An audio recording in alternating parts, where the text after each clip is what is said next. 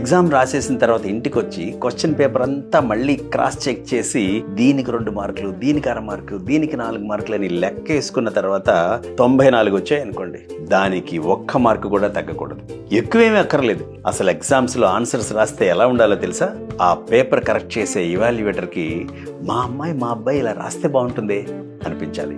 మనం రాసిన ఆన్సర్స్, ఆ హ్యాండ్ రైటింగ్ చూస్తే ఎలా అనిపించాలంటే, వీడికి ఎవరికో ఈ సబ్జెక్ట్ అంటే చాలా ఇష్టం అలా ఉంది, ఈ స్టూడెంట్ ఎవరికో లైఫ్ లో చాలా పెద్ద పెద్ద గోల్స్ ఉన్నట్టున్నాయే అనిపించాలి. ఆ సబ్జెక్ట్ టీచరే ఆ పేపర్ ఇవాల్యుయేట్ చేస్తాడు కాబట్టి ప్రపంచంలో ఏ టీచర్ కైనా సరే ఆ సబ్జెక్ట్ అంటే వాళ్ళ మాలిన ప్రేమ ఉంటుంది. అదే సబ్జెక్ట్ ని మీరు మంచి కంటెంట్ తో, మంచి హ్యాండ్ రైటింగ్ తో రాస్తే ఏమనిపిస్తుందంటే, ఓహో నా ఫేవరెట్ సబ్జెక్టే ఈ స్టూడెంట్ కూడా ఫేవరెట్ సబ్జెక్ట్ లా ఉందే అనిపిస్తుంది.